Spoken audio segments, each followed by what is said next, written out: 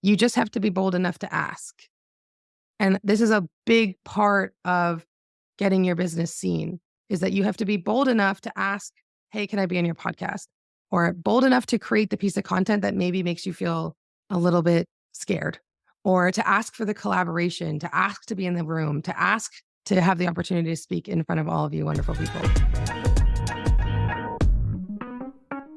So I see some friendly faces. Darcy, thanks for being here. James, good to see you, brother. It's been a minute. Glad you're here. And Lisa and Lala, thank you for being here as well. I am very excited to introduce our, not only Fast Foundations alumna, but our guest speaker for the day, Laura Sinclair. She is here to teach us all about how to get your business in front of new audiences, something that she's wonderful at. And the official bio is awesome. I love reading this. Laura Sinclair believes that you and your business deserve to be seen. With over a decade of experience building digital marketing strategies for some of the world's biggest brands, Laura now helps entrepreneurs get themselves and their businesses in front of new audience. A mom of two, Laura is a marketing and business mentor, CEO of the LJ Social Agency, and the host of Mama Means Business podcast. Laura's also just been such an advocate of the program, the community. She showed up. In fact, she was feeling under the weather even at our last event, and she went above and beyond to just try to power through everything. And she was still there in service. She still gave more than she received. And it's so emblematic of who you are, Laura. And we're excited for you to be here. So thank you. The stage is yours, and we're excited to learn from you today. Thanks, Jim, for reading my bio. I always find it a little strange when people read my bio because I'm like, oh, yeah, I did do all those things. So thanks for that. But today I want to talk to you about getting your business in front of new audiences. I'm going to tell you a little bit about my background. And really what I'm hoping is that you can walk away from our time together with at least one or two tangible things that you can implement in your business right away to get in front of more people. Because it doesn't matter if you have the very best product, service, offer, whatever in the world, if nobody knows that you exist. And so today I want to take you through some of the ways that you can get seen, to be seen. And one thing that's really important for me is that we keep it casual and we have some fun. So if you have questions for me, and you can throw them in the chat.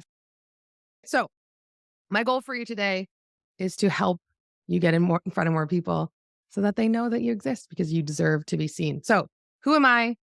Jim gave me such a lovely introduction, but I am corporate marketer and a former CrossFit gym owner turned business mentor. I spent about 10 years working in corporate marketing in agencies and started my career in public relations, and then found myself running all the digital marketing, digital media marketing for a luxury automotive company, one of the world's biggest luxury automotive companies. And then I walked away from corporate about 10 years ago and ran across the gym for 5 years. And then when COVID happened, March of 2020, we all know that story. I was 8 weeks pregnant with my now 2.5-year-old son and transitioned my whole life into the online space. Took a few pivots here and there, but now I have the pleasure of calling myself a business and marketing mentor. I own a social media marketing agency. I do have a podcast. It's called This Mother Means Business. And so if you are into conversations about motherhood and entrepreneurial motherhood, ambitious motherhood, that is definitely a place for you. I'm an investor, I'm a speaker, and I am a mom of two. My kids are 6 and 2, and my daughter was supposed to be home today, but I sent her to daycare, so I could be here. It's the little victories. Okay, I want to start with this. And I think when we think about marketing, especially when we're starting a business, we often think that, okay, I'm just going to get a logo. I'm going to build a website, and then the people are going to come. That's what's just going to happen.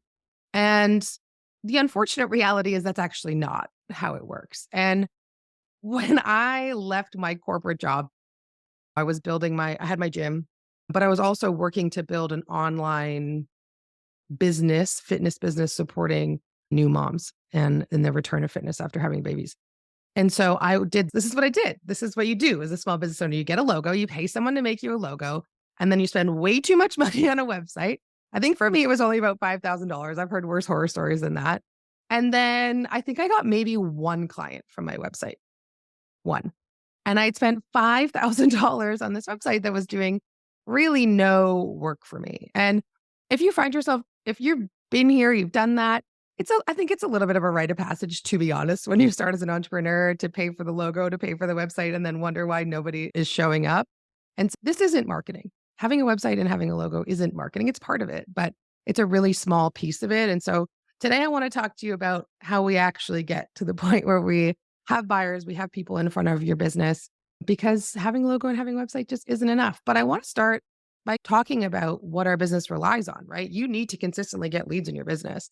And I remember in the early stages, certainly in my online business, when I was working on the fitness side of things, I remember having a coach say to me when I first started, I was learning to sell my group program. And she said to me, like, I want you to book 2 more sales calls today. And I was like, how do I even do that? Like, where do I even find these people? Meanwhile, like I had 10 years of marketing experience, public relations background. I knew how to do this from a big business perspective, but knowing how to do it for my own business was really difficult. I didn't really know where to begin. And so, what I want to share with you is really this is what it looked like when I worked in corporate. And so we've got my fancy car here. It's my luxury car. Thank you, Canva, for that little graphic. But this is all of the things that we had driving to that website. Remember at the beginning, I showed like logo plus website does not equal buyers. Yeah, we had all of this stuff going on driving to our website. We had PR, we had social media, we ran Google ads, we did sponsorship with like partnership marketing, relationship marketing, events. We paid for TV ads, we paid for social media ads. There were radio ads going on. There was a lot of stuff happening. But the reality is that this stuff costs money. It is very expensive. And I think the social media budget just for content creation was like $300,000 for the year. Our overall marketing budget in Canada was like $5 million for the year. And these are really big amounts of money that people are putting into these big brands. But when we're starting our businesses, we don't really have that kind of money. And so, what I want to share with you are some of the ways that you can get your business in front of new audiences without needing $300,000 or really any money. Okay. So, my goal for today is to keep this simple. How do we drive more people to your website? How do we drive more people to your email list, to your social accounts, to the places where you're hanging out, where you want people to make that conversion without having a giant bag of money? Okay. Jim said this at the beginning. I truly believe that you and your business deserve to be seen. And in all of the ways, right? You deserve to be seen for the work that you do, for your authentic self, your authentic story, but also to be seen so that you can have a highly profitable business, so that you can make the impact that you want to create in the world for your family, generational wealth, all of those things. But it really does start with being seen. If nobody knows that you exist, you cannot do the things that you want to do. You cannot create the impact that you want to create. So that's where we're going to start. Okay. I'm going to talk about a lot of different things here, and I'm going to go high level because we don't have a lot of time. But please, if you're on this call or you're listening to this replay, know that my DMs are always open on Instagram. Instagram's the best place to find me. I've put my handle there at It's Laura Sinclair. Shoot me a DM, ask me a question. I'm happy to answer it. Always. Okay. I don't like to gatekeep information. So I'm going to go fast. We're going to go through some different tactics that you can try. The first one is social media. I think if you're not on social media at this point for your business, you're not actively showing up to your business, you are missing a massive opportunity.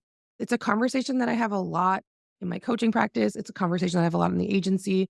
Is this feeling that like social media, do I really have to do it? Yes, you do.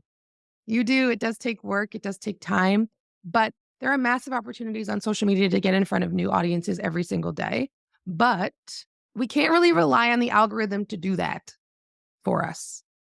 Going viral is not a sustainable business strategy. Trying to create content, hoping that it's going to go viral is not a good it's not a good way to try to get business. Okay. Yes, we could talk about how to create the converting content, but today I want to really just talk about how we get more eyeballs. Some of the ways that you can expand your reach on social media, okay, beyond just like posting and hoping, are things like trying to make sure that you're leveraging new formats. So all of these platforms, TikTok, LinkedIn, Instagram, they just launched Threads, which I keep forgetting to use because who needs another app at this stage? But leveraging new formats when they come out, okay? So Reels, right? Early adopting of people that were early adopters of Reels did really well. YouTube Shorts, right? There's not a lot of people using that. LinkedIn is really diving into vertical video. So making sure that you are leveraging new formats is a way that you can get on the algorithm's good side.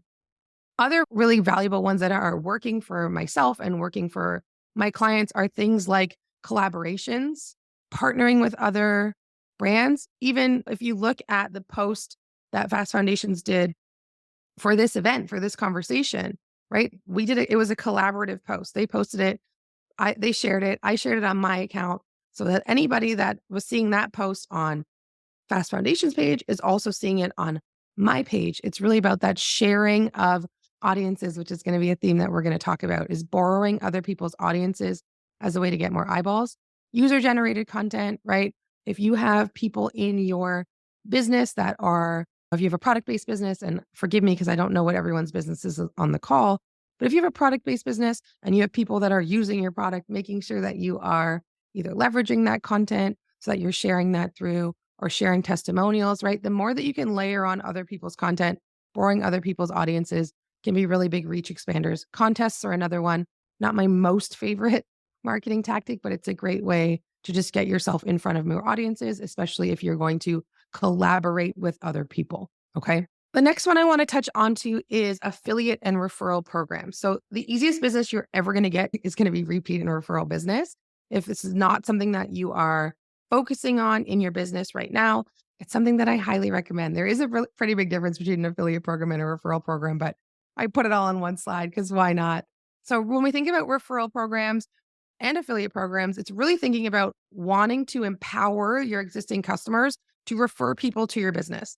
And this can be the case whether you make a product based business or if you have a service based business or a coach, whatever it is that you're doing, your existing clients are the people that are going to be the greatest resource for you. There's a book called The Pumpkin Plan by Mike Michalowicz. And I read it when I owned a gym. And it's based on this idea of looking at the best clients that you have in your business, the best buyers, the people that are your fans, and then trying to replicate, trying to find more people just like that to bring them into your business. And the easiest way to do that is via referral or via an affiliate. So if you're not familiar with the concept of an affiliate program would be essentially like setting up a discount or a freebie or an incentive to encourage people to talk about your brand. So I'll use an example of a brand that I'm an affiliate of. It's called Gut Personal. It is a gut health brand. Bridget Mallinson, she's incredible. She's the owner. They have this incredible affiliate program where if you use Laura 10 at Gut Personal, amazing gut health brand, you get 10% off and then I get a 5% kickback. Okay. So it incentivizes me to talk about the fact that I use these products and love these products. And it also gives my followers, the people that trust me and my community, to say, oh, if Laura loves this magnesium and it helps her sleep, I need to sleep too. And hey, I would love a discount on that. So I'm going to use Laura 10. Okay. So these are just ways that you can incorporate. It doesn't have to be massive, right? But ways that you can start to pumpkin plan or start to recreate your own audience in other places. Okay. So that's a great one. For my coaching programs, I do this often. People refer, I mean, they do it we do it with Fast Foundations as well. But if you're referring people to one of my masterminds or one of my programs and you're an existing client, I'll give you a kickback, a cuts, what usually cash or something like that as part of the referral program. If you're not actively leveraging affiliate or referral in your business, referral is easy. Go to the clients you have right now, the people that are in your world right now. Who do you know that could benefit from my service? Or it's a simple email if your product. There's obviously some differences between product and service here, but it's really just asking sometimes. It's being bold enough to make the ask to say, hey, who do you know that can do this? How can I give you a kickback? Or setting up affiliate. I love affiliate programs for product-based businesses, both in the agency and my coaching business. They've been really successful for them too. All right. Next one is influencer programs. I'm going to hydrate so I don't cough. This is a big one. This is, again, I mentioned at the beginning, I started my career in public relations, and the idea of borrowing another person's audience has been a marketing philosophy since the beginning of time, right? Other people have built audiences that they trust. Getting into those audiences are great ways to get yourself in front of more people. Okay. And so influencer programs are one of those things that is really, this can work for product or service. I have service based businesses that do this. Nutrition coaching company that I work with, they leverage influencers, they pay them and they also have a code, so they get a cutback that way. But it's essentially partnering with a local or niche influencer who aligns with your brand. That part of it is really key. Somebody that has built their own audience. Maybe it's an Instagram audience or a TikTok audience or a YouTube audience, but they have a committed group of people that are engaging with them. And essentially they're going to endorse your business by either using your product, creating some video, talking about you on your Instagram stories in whatever way, right? These are just ways to amplify your message. And you may be thinking like, I don't really have anything now. I don't have any money to pay an influencer. I have a client who is a Fast Foundations alumni as well. And she makes a product. Her product helps breastfeeding mothers. And we have set up an influencer program for her where we send out the product that is extremely helpful for these breastfeeding mothers for free at zero charge. We identify these influencers. We ask them if they would be interested in trying the product.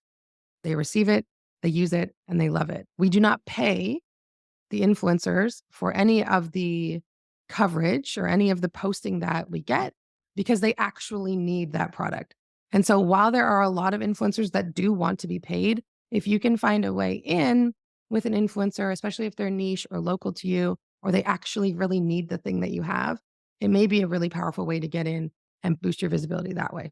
Networking groups, another really powerful way. These are like an underestimated way to get in front of new audiences. There are so many people that are even Fast Foundations alumni that will say joining Fast Foundations changed their entire business because all of a sudden they had this network of people that are either in their target audience or know their target audience. And Chris Harder always talks about how your network is your net worth. And truly getting into rooms is so underestimated in terms of what it can do for your business. It doesn't necessarily have to be an in-person room though, while they are great. But there are forums, Facebook groups, LinkedIn groups, places where your target audience is active. Those are the places that you want to go and you want to hang out. Okay. But the key to successfully networking is to lead with helping first and not just trying to sell everybody when you meet them.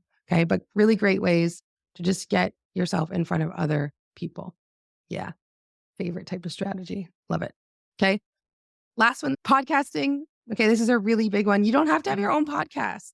You can be a guest on other people's podcasts. I've put a couple of resources here. Listennotes.com is a great website to search for podcasts. You can search for whatever your niche is, whatever the subject matter that you want to speak on is. Search for those podcasts. It'll also show you like where the global rank is for that podcast. And I could talk forever about how to successfully pitch podcasts because I think I get pitched every day at this point, which is crazy. But it's a great place to search to find opportunities for you to pitch. And there's also a Facebook group called Find a Guest, Be a Guest, which is another incredible place that you can do some podcasting and do some pitching as well. I have a podcast, as I mentioned, it's called This Mother Means Business, but there's lots of podcasts. Podcasters are looking for content. And so being able to offer up your expertise on podcasts is great ways to just expose yourself and expose your business to new people. Media outreach, again, doing some PR, guys. This isn't hard. PR isn't hard. When you hire a PR agency, what you're actually paying for is the contacts. You're not paying for the activity. You're paying for the contacts that they have. You're paying for somebody to actually pick up the phone or answer the email. But reaching out to your local or niche publications with a story idea that hinges on your brand is another really powerful way to go. Okay. So when we're talking about marketing, okay, any of these activities, getting in front of people, it is really about planting seeds. It is really about being consistent, being authentic, and understanding what it is that your target audience actually needs and what they prefer. And I've thrown out a lot of different tactics and a lot of things that you can try, but the ones that are going to be best for your business are going to be the ones that actually align with who it is that wants to buy from you and who it is that your target audience is. And if you're wondering, where do I start? What would actually work? Does my target audience listen to podcasts? You need to find out. And that's really where marketing begins. It begins with understanding fundamentally what it is that your target audience actually desires and acting from there. But sometimes you just have to be bold enough to ask.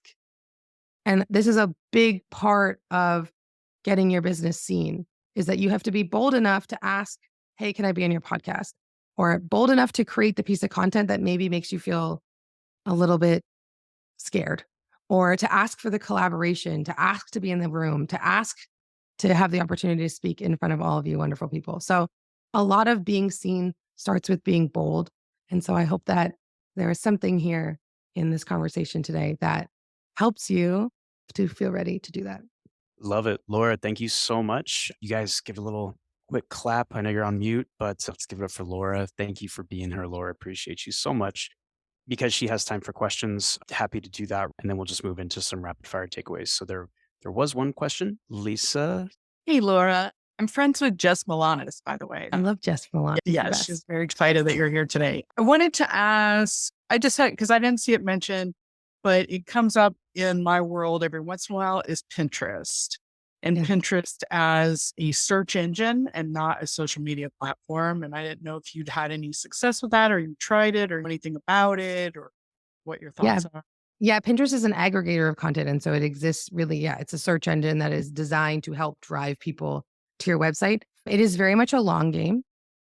It depends on what it is that your service is. I've had some success with Pinterest. I know many business owners that have had a lot of success with Pinterest, but it's one of those things that you really, it's not like you're going to see success in 3 months. It's not something that's going to happen quickly. What is your business? I am a life coach for writers. So Okay. basically, I help writers with their mindset to set up their foundation for writing in the future. Yes. So my first question would be, are writers spending their time on Pinterest? That would be question Yeah. one. And if the answer is no, then it's not a place that I would put much attention. Certainly when I have clients that are targeting like moms or they have product-based businesses that are for moms, a lot of new moms try to figure stuff out on Pinterest, like nurseries and things like that. But it would really come down to who's the demographic of the writer and where are they actually spending their time online, and then going from there. My gut would be that probably Pinterest wouldn't be the place that I would focus the majority of my energy. There's probably other places that would be more worth your time, but it can be really successful. I have clients and know of people that are content creators that Pinterest is one of their highest traffic drivers to their website. So it really just depends. Yeah. Okay. Thank you. Yeah. Awesome. Thanks for the question, Lisa. I didn't see any other virtual hands and looks like some people had to jump. So we're just going to jump into some rapid fire takeaways. James, go right ahead, man. Everybody, my name is James Dunn. I'm a mindset coach, and I'm grateful to be here today. It's been a while since I've stayed connected with all you guys, so awesome back in the room with some of my Fast Foundations family. For me, probably the biggest takeaway was just the reminder of being consistent on social media. One of those things, I have a love relationship, and it leans a lot more hate most of the time. So just getting myself on there and not worrying so much about necessarily the instant hit. Again, playing the long game and just knowing that's there. So that was a big one for me. Thank you. Appreciate you, James. Thanks for being here, man. It's been a minute, so I'm so glad to see you coming back. And we do this every week, so you're more than welcome to always join, man. I'm just going to call Alex because I see you and you're looking like you want to smile. Of course I do. I'm just so grateful for Laura and the way that you do keep showing up. Yeah, the thing that showed up, it's relevant. I put it in the little chat here where you're like, it's to be seen. You deserve to be seen so that your message gets out, your impact is made, your mission is realized and makes a difference in people's lives. And when it comes to social media, we see that list of things that we should be doing. I'm just so thankful for that message that you carry, which is, yeah, be seen, but remember why. And if you forget this, then this is so desperately exhausting. And I'm just thankful that you lead with that, because that is what's so necessary, is absolutely knowing why the hell am I actually showing up today? And when that happens, all of this becomes easier. So thanks for that reminder, and thanks for who you are. Thanks, Alex. Appreciate you. Love it. Who's next? Lisa or Brian? Yeah. Brian, please. Brian Cheddar, benefits consultant in Phoenix. And Laura, I was going to ask you, how does this apply to business versus business to consumer? And you pretty much answered it. If they're not there, there's no use working.